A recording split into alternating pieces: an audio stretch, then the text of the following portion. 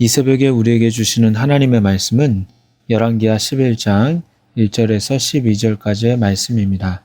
제가 가지고 있는 성경책으로 구약성경 581쪽에 있습니다. 하나님의 말씀을 받들어 읽겠습니다. 아하시아의 어머니 아달랴가 그의 아들이 죽은 것을 보고 일어나 왕의 자손을 모두 멸절하였으나 요람 왕의 딸 아하시아의 누이 여호세바가 아하시아의 아들 요아스를 왕자들이 죽임을 당하는 중에서 빼내어 그와 그의 유모를 침실에 숨겨 아달랴를 피하여 죽임을 당하지 아니하게 한지라. 요아스가 그와 함께 여호와의 성전에 6년을 숨어 있는 동안에 아달랴가 나라를 다스렸더라. 일곱째 해에 여호야다가 사람을 보내 가리 사람의 백부장들과 호위병의 백부장들을 불러들이고 여호와의 성전으로 들어가서 그들과 언약을 맺고 그들에게 여호와의 성전에서 맹세하게 한 후에 왕자를 그들에게 보이고 명령하여 이르되 너희가 행할 것이 이러하니 안식일에 들어온 너희 중 3분의 1을 왕궁에 주의하여 지키고 3분의 1은 수루문에 있고 3분의 1은 호위대 뒤에 있는 문에 있어서 이와 같이 왕궁을 주의하여 지키고 안식일에 나가는 너희 중 2대는 여호와의 성전을 주의하여 지켜 왕을 호위하되 너희는 각각 손에 무기를 잡고 왕을 호위하며 너희 대열을 침범하는 모든 자를 죽이고 왕이 출입할 때에 시위할지니라 하니 백부장들이 이에 제사장 여호야다의 모든 명령대로 행하여 각기 가나라는 바 안식일에 들어오는 자와 안식일에 나가는 자를 거느리고 제사장 여호야다에게로 나아오매 제사장이 여호와의 성전에 있는 다윗왕의 창과 방패를 백부장들에게 주니 호위병이 각각 손에 무기를 잡고 왕을 호위하되 성전 오른쪽에서부터 왼쪽까지 제단과 성전 곁에 서고 여호야다가 왕자를 인도하여 내어 왕관을 씌우며 율법책을 주고 기름을 부어 왕으로 삼음에 무리가 박수하며 왕의 만세를 부르니라. 아멘. 이 시간에는 끝나지 않은 언약이라는 제목으로 말씀을 나누도록 하겠습니다. 오늘 말씀은 순서로 따지면 열왕기하 9장 28절 뒤에 나오면 적당한 본문인데요. 예후에 의하여 유다왕 아하시아가 죽고 그의 신하들이 그의 시체를 다윗성의 묘실에 장사를 지내고 난 뒤에 일어나는 일입니다. 보통의 경우라면 왕이 죽었으니 아하시아의 아들 중 한 명이 왕이 되는 것이 보통입니다. 만약 그렇게 되지 않는다고 하더라도 다윗의 후손 중 한 사람이 왕이 돼야 합니다. 왜냐하면 남유다는 사무엘하 7장 16절을 보면 내 집과 내 나라가 내 앞에서 영원히 보존되고 내 왕위가 영원히 경고하리라 라는 다윗 언약에 기초하여 유다의 왕은 다윗의 후손으로만 세우는 것으로 정해졌기 때문입니다. 하지만 아하시아가 죽자 그의 어머니 아달랴는 왕이 죽어서 혼란한 나라를 진정시키고 다윗의 후손 중에 왕을 세우기는커녕 왕손들을 모조리 멸절시키고자 합니다. 왜 그랬을까요? 2가지 이유 때문이라고 보여집니다. 첫 번째는 권력욕 때문에 그렇습니다. 당시에는 여러 후궁들이 있었는데 이들은 왕가의 번성을 위하여 왕자들을 생산하며 자녀들을 키웠습니다. 누가 왕이 될지는 알 수 없지만 이들 중 한 명이 왕이 된다면 지금 현재 태우로서 누리고 있는 힘과 권력이 상실될 수도 있는 일이었습니다. 이렇듯 권력의 자리에서 밀려날 것을 우려하며 왕위를 이어받을 가능성이 있는 이들을 모두 죽여서 자신이 직접 여왕의 자리에 오르고자 한 것입니다. 2번째는 우상숭배 때문에 그렇습니다. 아달랴는 오므리의 손녀로서 북이스라엘의 왕 아합과 이세벨의 딸이었습니다. 그녀는 태어났을 때부터 바알과 아세라 등 우상 숭배자였습니다. 그러게 남유다의 여호람 왕에게 시집 와서도 남편 여호람과 자신의 아들 아하시아를 꿰어서 우상 숭배를 하게 만들었는데요. 이렇듯 여호와 하나님을 섬기는 남유다를 우상 숭배의 나라로 변경하기 위해서 직접 나선 것입니다. 이런 이유들로 인해서 왕의 자손들을 모두 죽이고자 할 때 여호람 왕의 딸이자 아하시아의 누이인 여호세바가 아하시아의 아들 요아스를 몰래 빼내게 됩니다. 그러니까 자신의 조카를 죽이지 못하도록 조치를 취한 것입니다. 여호사베아 입장에서는 아달랴가 왕비가 된다고 한들 자신에게는 큰 피해가 없을 것입니다. 오히려 그 앞에서 잘 보이면 권력을 얻을 수도 있습니다. 하지만 요아스를 숨긴 것이 걸리면 자칫 잘못하면 자신도 죽을 수가 있습니다. 목숨 걸고 요아스를 살린 것입니다. 그렇다면 왜 여호세바는 요아스를 살린 것일까요? 이것은 개인의 이익을 위해서 권력을 쟁취하기 위해서 한 일이 아닙니다. 우리는 여호세바가 공주나 왕의 누이였다는 것에 초점을 두는 것이 아니라 그녀의 다른 지위에 대해서 좀 더 집중해서 봐야 하는데요. 역대하 22장 11절에 보면 여호세바의 다른 이름인 여호사부앗이라고 나오는데요.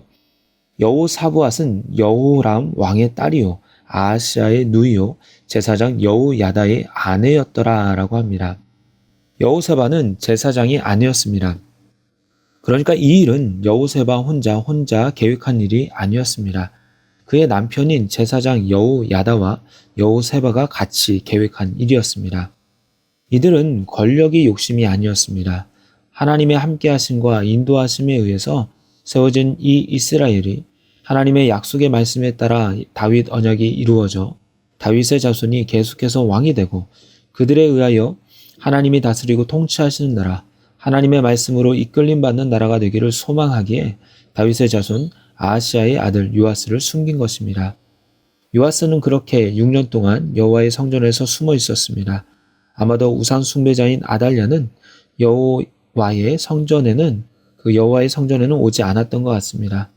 또한 혹 이 사실을 알 수도 있었던 성전에 있는 제사장들과 레위인들도 함구했었던 것 같습니다. 그러게 아무 문제 없이 요아스 또한 잘 자라고 있었습니다. 그러다가 7째 해에 제사장 여호야다는 결심을 합니다. 하나님의 때가 이르렀음을 깨달은 것입니다. 그는 가리 사람의 백부장들과 호위병의 백부장들을 불러서 성전에서 언약을 맺고 맹세를 하게 하는데요. 그 내용은 다윗의 자손이 왕이 되어야 할 것과 6년 전에 아달랴의 모든 왕손을 죽인 것이 아니라 아하시아의 아들 요아스가 살아있음을 밝힌 것입니다. 그러기에 그들은 이제 요아스를 왕으로 삼기 위해서 맹세를 한 것입니다. 여호야다는 백부장들에게 이렇게 명령합니다. 안식일에 근무하러 들어오는 군사들을 세 대로 나누어 왕궁과 수루문과 호위대 문을 지키게 하여 왕궁을 장악하도록 하고요. 근무를 끝내고 나가는 이들은 두 대로 나누어 성전을 지킴으로 성전에서 요아스가 대관식을 무사히 할 수 있도록 하는 것입니다. 정리하면 이들이 맡은 임무는 아달랴가 도망 못 가게 막는 것이었고 또 다른 것은 요아스를 보호하는 것이었습니다. 이렇게 명령을 받은 이들은 우선 제사장 여호야다 앞에 옵니다. 이들은 성전에서 근무서려고 들어갈 때에 또 나올 때에 아무래도 은밀하게 모든 일들을 준비하기 위해서 무기를 놓고 온 것 같습니다. 그래서 여호야다는 그들을 격려하며 성전에 있는 다윗 왕의 창과 방패를 줍니다. 이것은 다윗이 사용한 창과 방패라기보다는 적으로부터 탈취한 것들일 것입니다. 비록 그 무기들은 오래되었고 낡았지만 여호야다는 그 무기들을 백부장들에게 주었고 백부장들은 호위병들에게 무기를 전달해 줍니다. 이 무기들은 의미가 있습니다. 굳이 이것을 다윗의 창과 방패라고 기록한 이유는 하나님께서 다윗에게 약속하신 다윗 언약을 백부장과 병사들에게도 다시 한번 주지시키고 하나님이 주신 무기로 싸운다라는 의미를 가지고 있습니다. 이제 완벽한 준비를 마친 여호야다와 군사들은 본격적인 대관식을 실행으로 옮깁니다. 12절은 이렇게 기록하고 있습니다. 여호야다가 왕자를 인도하여 내어 왕관을 씌우며 율법책을 주고 기름을 부어 왕으로 삼음에 무리가 박수하며 왕의 만세를 부르니라. 여호야다는 요아스 왕자를 인도하여 그의 머리에 왕관을 씌웁니다. 그리고 기름을 부어 왕으로 삼습니다. 이때 중요한 것이 있습니다. 왕관을 씌우고 나서 요아스 왕에게 무엇을 줍니까? 바로 율법책입니다. 사람의 생각과 말이 아닌 하나님의 말씀으로 나라를 다스려 달라는 것입니다. 우리나라는 하나님이 택하신 나라요 백성이니 왕이 되면서부터는 율법책을 읽고 외우며 하나님의 뜻이 무엇인지를 묻고 깨달으면서 하나님의 말씀을 중심으로 삼고 나라를 이끌어 달라는 것입니다. 그러한 소망이 담겨져 있기에 요아스 왕에게 율법책을 건넨 것입니다. 지금까지 1절부터 12절까지의 내용을 설명했지만 오늘 말씀의 본문은 아주 긴박한 상황들을 설명하고 있습니다. 아하시아가 죽으면서 모든 왕손들이 죽을 때 목숨을 걸고 요아스를 구한 것, 또 6년 동안 숨긴 것, 그리고 하나님의 때에 요아스를 왕으로 세운 것, 어찌 보면 이 모든 것들로 영화를 만들어도 될 것만 같은 긴장감이 느껴집니다. 오늘 말씀에서 우리는 깨달을 수 있는 것이 있습니다. 그것은 하나님은 당신의 약속을 지키며 신실한 사람을 준비하신다는 겁니다. 아달랴 생각에서는 자신의 힘으로 다윗 언약을 깨뜨리고 무너뜨렸다라는 생각을 가졌을 것입니다. 그러한 의도가 있었을 것입니다. 하지만 아무리 사람이 하나님의 계획을 무너뜨리려고 한다고 해도 하나님을 이길 수는 없습니다. 하나님은 이미 신실한 하나님의 사람인 여호세바를 준비하심으로 다윗 자손 요아스를 보호하셨습니다. 현재에도 독재자나 어떤 권력이, 어떤 정책이 기독교를 무너뜨리려고 하는 시도가 있을 수 있습니다. 그러면서 표면적으로 기독교가 많이 쇠퇴한 것처럼 보일 수도 있습니다. 하지만 하나님은 약속을 기억하시며 그것을 이루시는 분입니다.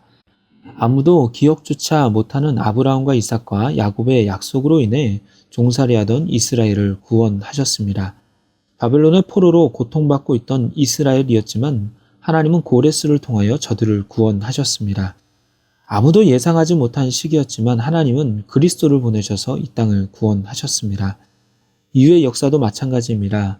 로마의 핍박에서도, 이슬람의 침범에서도, 계몽주의의 공격에서도 불씨가 꺼질 것만 같았던 기독교였지만 하나님은 다시금 놀라운 부흥으로 세계를 이끄셨습니다. 그러기에 지금도 하나님은 하나님의 나라의 약속을 이루어 가시며 신실한 사람을 준비시키시고 그들을 통하여 주의 일들을 이루어 가실 것입니다. 그렇다면 누가 신실한 사람이 되어서 주의 일들을 이루어 나가야 합니까? 바로 우리입니다. 누군가가 하겠지라고 하면서 책임을 회피하는 것이 아니라 내가 해야 하는 것입니다. 하나님은 부르심에 응답하는 자들을 기뻐하시고 그들을 사용하십니다. 하나님 나라를 위해서 시간과 물질을 아낌없이 드리며 자신의 은사와 달란트를 기꺼이 내놓는 이들을 통해서 우리들의 가정과 일터, 교회와 우리들이 속한 공동체는 하나님의 나라가 펼쳐지며 하나님이 영광을 받으시는 일들이 계속 넘쳐나게 될 것입니다.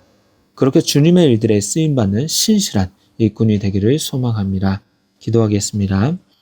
하나님 아버지, 주님은 언약한 것을 반드시 이루시며 하나님의 나라를 굳건히 세워 가시는 분이심을 믿습니다.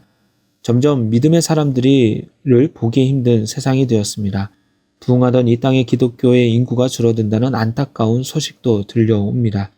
하지만 주님, 항상 위기가 있었지만 그때마다 신실한 사람을 준비하셔서 다시금 부흥을 일으키시고 성령을 부어주시는 그 하나님을 믿습니다.